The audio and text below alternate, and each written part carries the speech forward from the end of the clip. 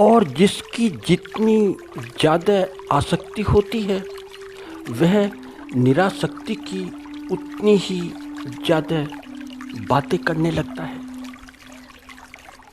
उसकी बातों में उतनी ही ज़्यादा निरासक्ति होती है क्योंकि वह आसक्त है और अपनी आसक्ति से बड़ा बड़ा व्यथित है, बड़ा बड़ा बहुत बहुत परेशान है। तो वह अपनी आसक्ति को छोड़ निरासक्ति की बात करने लगता है। उस निरासक्ति की जिसका उसे कोई अनुभव नहीं कि निरासक्ति क्या होती है। तो बातें सुनने में तो बड़ी मीठी लगती हैं, मधु जैसी मीठी, जैसे कि कोई शहद। तो सुनने वाला भी सोचने लगता है कि मैं तो अधम हूँ, पापी हूँ। वह इसलिए क्योंकि बातें ठीक ठीक उसके विपरीत हैं, उसके अपोजिट हैं। तो जो भी निरासक्ति की ज़्यादा बातें करे और करता ही रहे,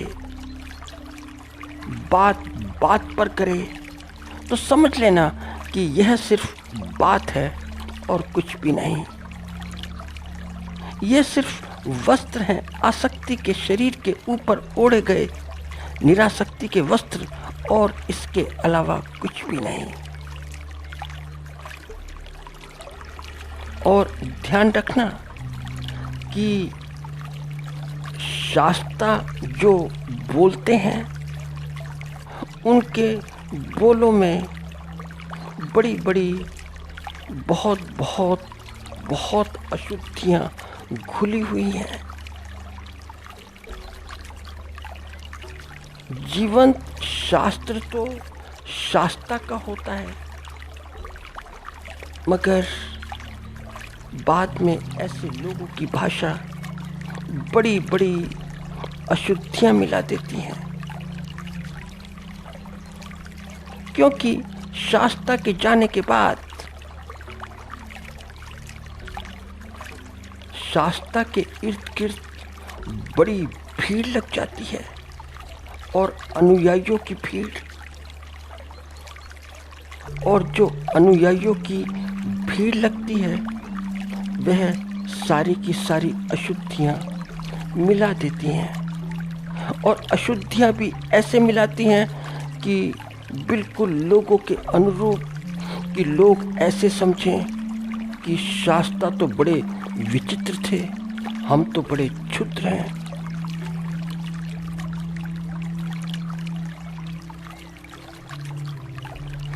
और ऐसी जो इम्प्योरिटीज़ हैं, जो ऐसी अशुद्धियाँ हैं, वे बिल्कुल भी व्यवहारिक नहीं हैं, प्रैक्टिकल नहीं हैं। तो उन जो ऐसी अशुद्धियाँ हैं, ऐसी इम्प्योरिटीज़ हैं, उनमें कोई भी अर्थ नहीं, वे निरर्थक हैं। सारा का सारा शास्त्र जो बाद में जोड़ा जाता है, घटाया जाता है, सारा निरर्थक है।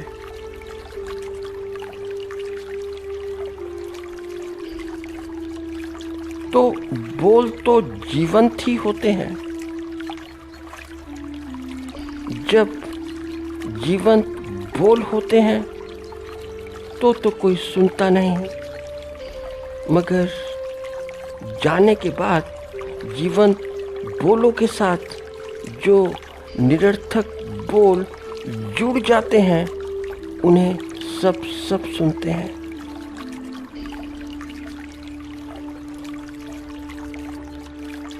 जैसे कि हम बात को समझते हैं, थोड़ा सा हम बात को समझें। जैसे कि सूरदास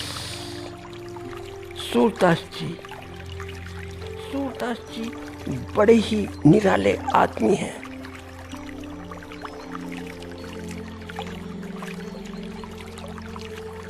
उनका अपने ढंग का अलग ही काव्य है, भक्ति मार्गी हैं, प्रेमपंथी हैं, प्रेम के अनुयायी हैं। तो ऐसा आदमी जो प्रेमपंथी हो, भक्त हो, मिलना बड़ा ही दुर्लभ है। वैसे तो हम सभी भक्त, मगर ऊपर ऊपर के, हम अंदर के भक्त नहीं। तो कुछ लोगों ने तो उनकी जो ऐसी दुर्लभता है उसको बड़ा सामान्य सा बना दिया, बड़ा सामान्य, जबकि उनके एक एक छंद में, एक एक गीत में, एक एक भजन में सारे के सारे शास्त्र बह जाते हैं, सारे वेद पुराण। पर हैं कुछ लोग जो ऐसा बोलते हैं कि वे जन्मजात दृष्टिहीन नहीं थे। बाद में उन्होंने खुद ही अपनी आंखें फोड़ ली, और फोड़ी भी इसलिए कि जो आंखें उस भगवान को नहीं देख सकती थीं, तो उसके होने का क्या काम, उसके होने का क्या लाभ, क्या फायदा। तो सूरदास जी अपनी धुन के बड़े पक्के थे, बड़े हठी थे। इसीलिए तो सूरदास जी महान है कि अपने ही हाथों से अपनी ही आंखें। तो जैसे सूरदास जी थे वैसे आदमी आजकल कहाँ मिलते हैं, आज कहाँ। वे महान थे, पहले ऐसे महान आदमी होते थे, आज कहाँ होते हैं, अब कहाँ होते हैं।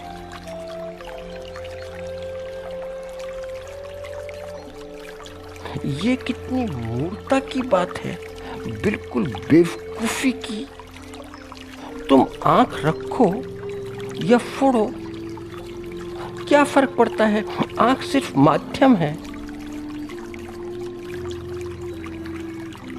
क्योंकि आंख करता नहीं है, जो करता है वह तो मन है, मन ही तो आंखों से झांकता है।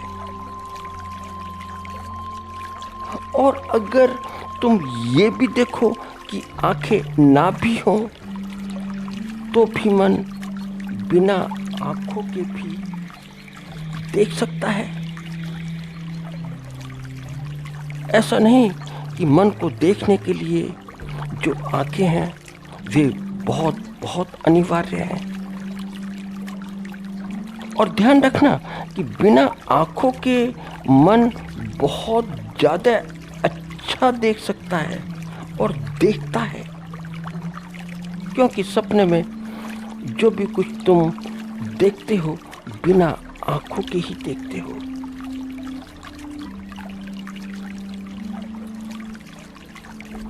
मन सपने में वह सब देख लेता है, सब देख लेता है जो मन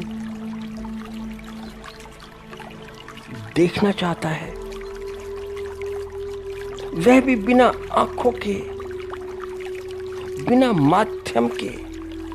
तो आंख हो तो ठीक और ना हो तो भी ठीक, मगर शरीर की इतनी इंद्रियां हैं और इतनी इंद्रियों में से जो इंद्री आदमी के पास नहीं होती है, वहाँ पर उस इंद्री पर आदमी की आसक्ति ज़्यादा होने लगती है।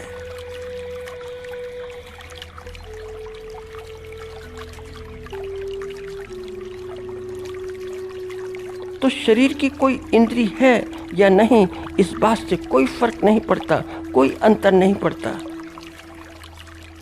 जैसे कि हम बात को थोड़ा और समझें कि जैसे तुम किसी किन्नर को देखो, ट्रांसजेंडर को देखो, तो उसके पास में काम की इंद्री नहीं है, कामेंद्री नहीं है। इसीलिए तो वह ना तो स्त्री है और ना पुरुष। इंद्री है ही नहीं, तो इस हिसाब से तो वहां पर काम वासना बिल्कुल भी नहीं होनी चाहिए। वहां पर तो काम वासना का बिल्कुल अभाव होना चाहिए। मगर क्या ऐसा होता है? तो तुमने कभी बात सुनी होगी और बात भी ऐसी, वह भी ट्रांसजेंडरों की, इन किन्नरों की। तो कभी ना कभी तो ऐसा हुआ होगा कि इनसे वास्ता पड़ा होगा, पाला पड़ा होगा। जैसे कि किसी शादी में या पुत्र रत्न की प्राप्ति हो गई है, वहां पर तो तुम जरा भाषा के ऊपर गौर दो, थोड़ा ध्यान दो, तो तुम्हें पता लगेगा कि इंद्री के होने या ना होने से काम वासना पर कोई भी अंतर नहीं पड़ता।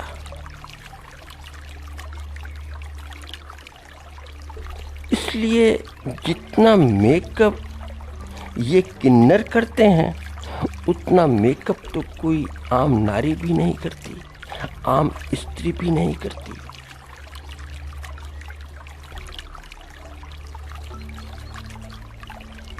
तो बात यह है कि ये सब बातें हैं, ये सब भाषाएं हैं और कुछ भी नहीं। ये सब अपनी आसक्ति को छिपाने के उपाय हैं और कुछ नहीं। निरासक्ति की भाषा में आसक्ति को छिपाने के उपाय, जैसे कि और लें, जैसे कि लें, स्त्री तो स्त्री है और स्त्री का कोई भी रूप हो सकता है, माँ का, बहन का, वाइफ का, भाभी का, कोई भी नाता, कोई भी रिश्ता। मगर थोड़े बहुत लोग जो हमें बड़ा प्रभावित करते हैं, वे कहते हैं कि पहले, बहुत पहले कुछ लोग इतने महान हुए थे कि पूछो मत, कि एक ही घर में सालों रहे, सालों रहते हुए भी वे स्त्री को पहचान नहीं पाए, अपनी भाभी तक को नहीं पहचान पाए, क्योंकि भाभी को कभी देखा ही नहीं, चेहरे तक निगाह पहुंची ही नहीं, तो भाभी को कभी नहीं देखा। जब भी देखा तो पैरों को देखा, उनके चरणों को देखा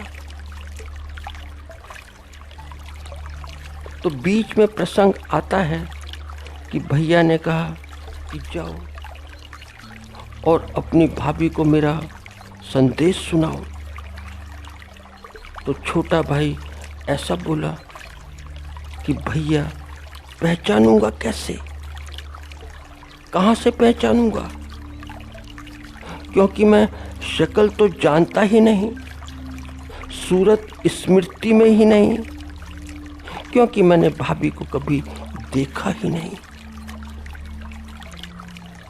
क्योंकि जब भी देखा तो पैर ही देखे, तो चरण ही देखे,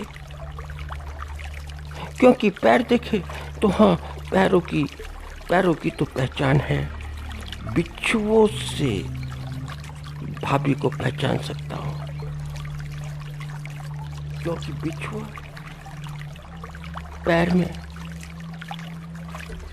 तो अगर वही बिच्छुआ होगा तो पहचान लूंगा। बड़ा विस्तृत वर्णन है इस बात का, और अगर तुम इस बात का विस्तृत वर्णन, पूर्ण विवरण जानना चाहते हो तो इस संबंध में भजन भी हैं। भजन बड़े बड़े बहुत प्रसिद्ध हैं, और भजन गायक भी बड़े बड़े प्रसिद्ध हैं, सुप्रसिद्ध।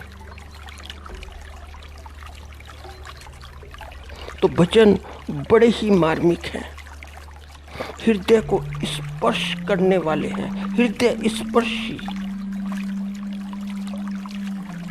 तो लिखने वाला भी ऐसा ही, और गाने वाला भी, और भजन सुनने वाला भी, सब। मगर ये बात समझ में नहीं आती, बिल्कुल समझ में नहीं आती। और तुम देखो कि श्रोता भी झूम जाते हैं, झूम उठते हैं। वाह क्या बात है। एक ही घर में सालों रहने के बाद कोई भी आदमी अगर अपनी भाभी को ना पहचाने तो बड़ा अद्वितीय होना चाहिए। कोई अपनी भाभी का चेहरा ही ना देखे, कि आंखों पर पट्टी बांध ले कि बस सारी दुनिया देखो, मगर तो होता क्या है कि लोगों को असामान्य बात बड़ी अच्छी लगती है कि आंखें तो हैं मगर देखा नहीं। अब सामान्य बात क्या है? सामान्य बात है कि आंखें देखती हैं, और आंखों का देखना वह भी घर में, तो घर में तो सभी को देखती हैं। यह तो बड़ी सामान्य बात है, मगर यह जो भजन में आई है बड़ी असामान्य बात है। इतनी असामान्य बात कि असामान्य लोगों को बड़ी रोमांचित करती है, असामान्य लोगों को बड़ी पुलकित करती है।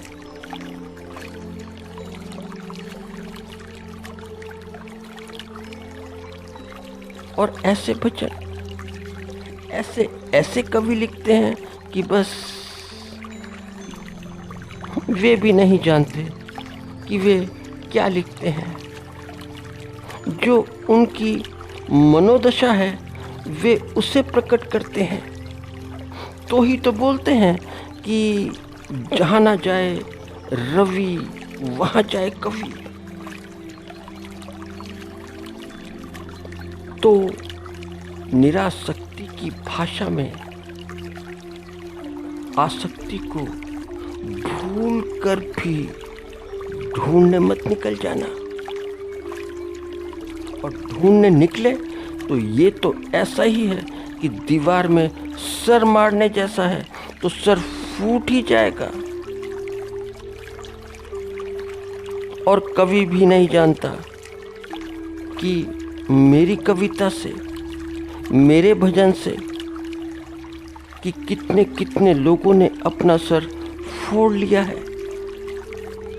और फिर उसने तो कविता लिखी, मगर गायक ने जो गाई, लंबे लंबे आलाप लिए, बड़े लंबे लंबे, सारे गामा पा के साथ खींच खींच कर, बिना सांस लिए, गाने बाजे के साथ, वो तुमने सुन लिए। और सुनने के बाद तुम अपना सर फोड़ने को तैयार हो गए।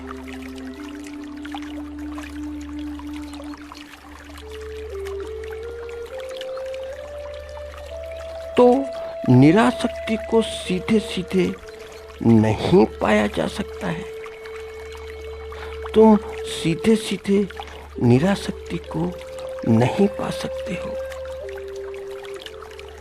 निरासक्ति को पाना हो और ठीक ठीक पाना हो, सही अर्थों में पाना हो, तो अपनी आसक्तियों को देखो। जहाँ जहाँ तुम आसक्त हो,